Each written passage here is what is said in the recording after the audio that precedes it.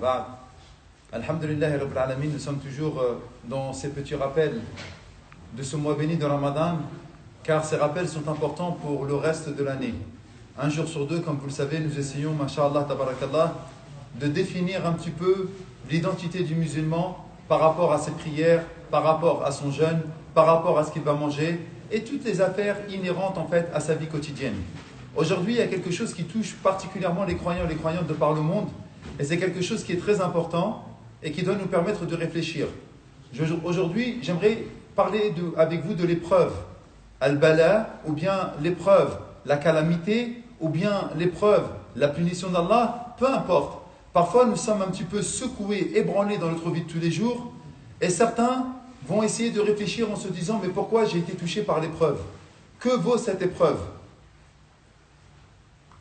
Pourquoi j'ai été touché par l'épreuve? Et que vaut cette épreuve ?» Et ça, c'est une chose qui doit interpeller les croyants.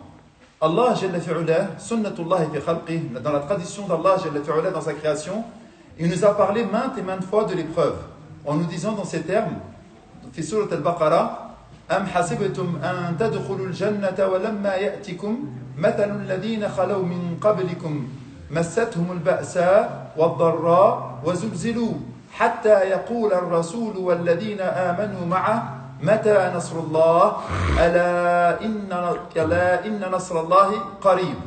Allah Jalla fi'ula, dans ce verset, nous donne une chose extraordinaire.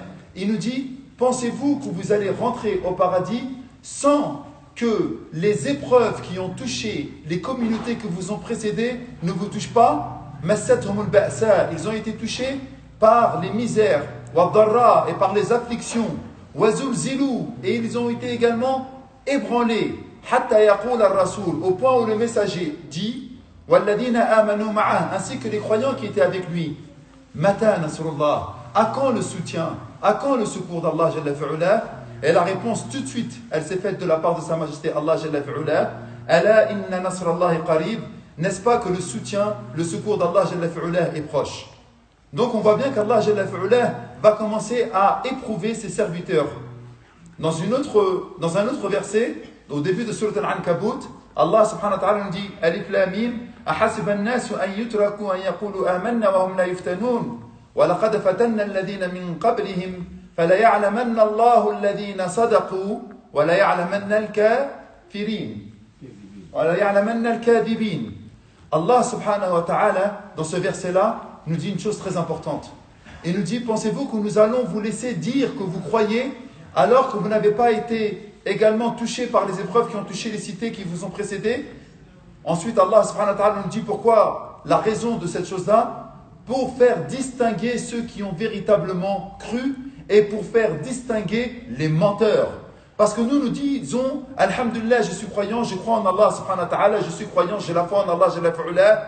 Mais à la moindre encoche, à la moindre difficulté, tout de suite ce que nous disons, Ya Allah, pourquoi moi? Pourquoi moi, Ya Allah, tu m'as touché? Pourquoi moi, Ya Allah, je suis paraplégique? Pourquoi moi, Ya Allah, j'ai perdu mon enfant? Pourquoi moi, Ya Allah, j'ai un cancer? Pourquoi moi, Ya Allah, mon business, il est tombé en désuétude?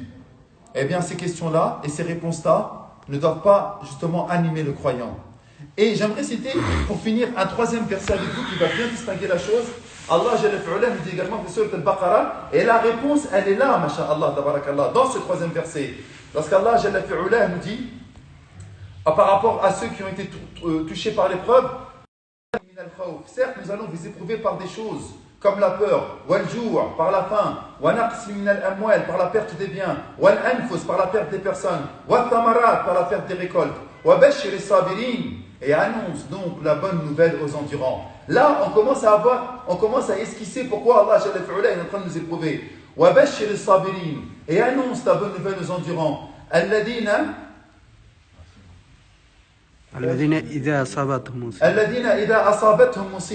Ceux qui ont été touchés par l'épreuve, ils dirent une parole extraordinaire.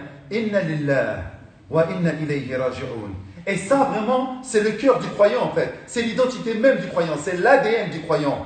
Nous, lorsqu'on est touché par l'épreuve, lorsqu'Allah nous enlève notre vue, lorsqu'Allah nous enlève notre oui, lorsqu'Allah nous enlève nos enfants, parfois notre santé ou notre bien, on dit toujours, Ya Allah, pourquoi moi? Mais réveillez-vous les frères.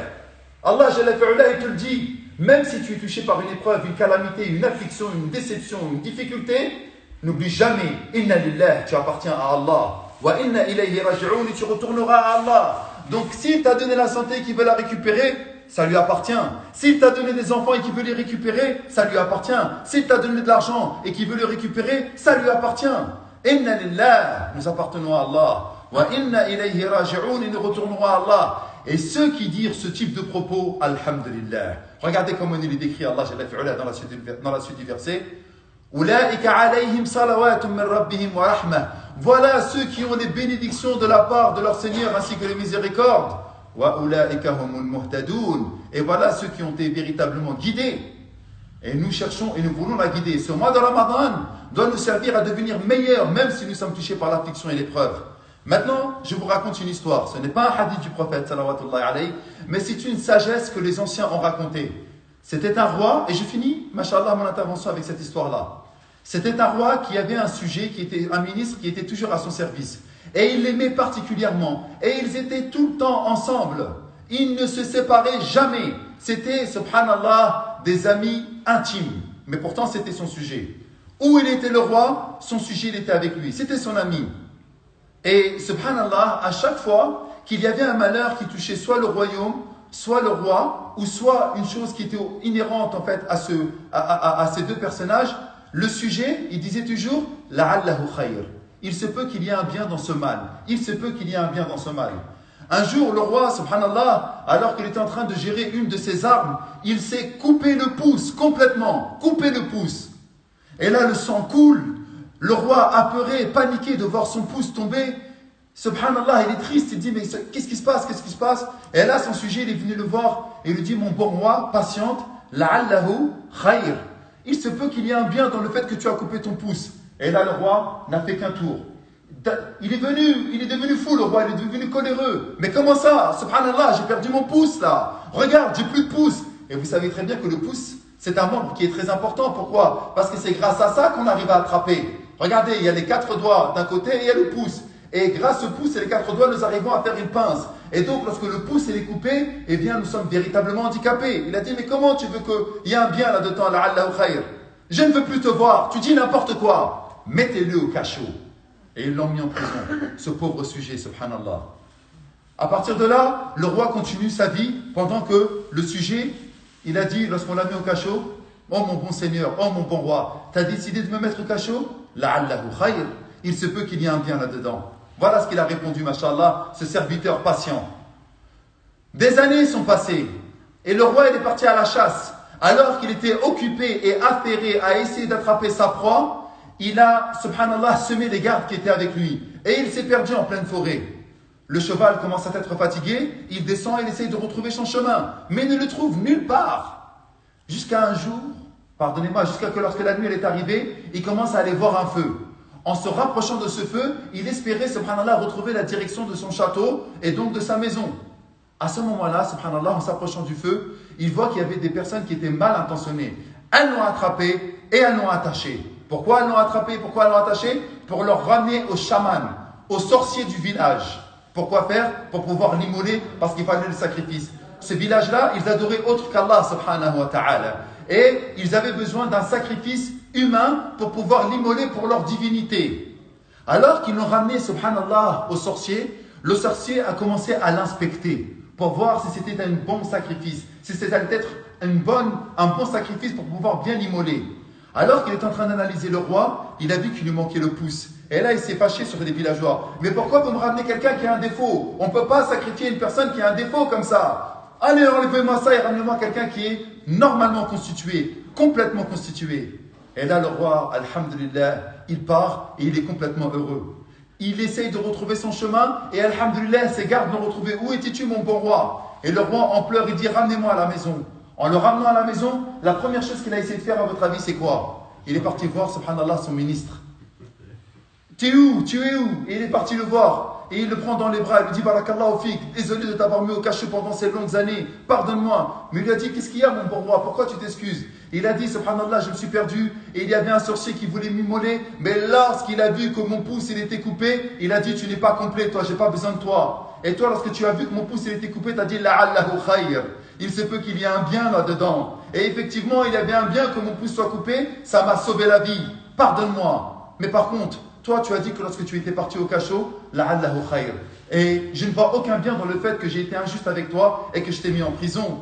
Et là, subhanallah, le ministre, il commence à avoir des larmes. Et il dit, Alhamdulillah, mon bon roi. Il lui a dit pourquoi? Il lui a dit parce que tu sais très bien que j'étais tout le temps et 24 sur 24 avec toi.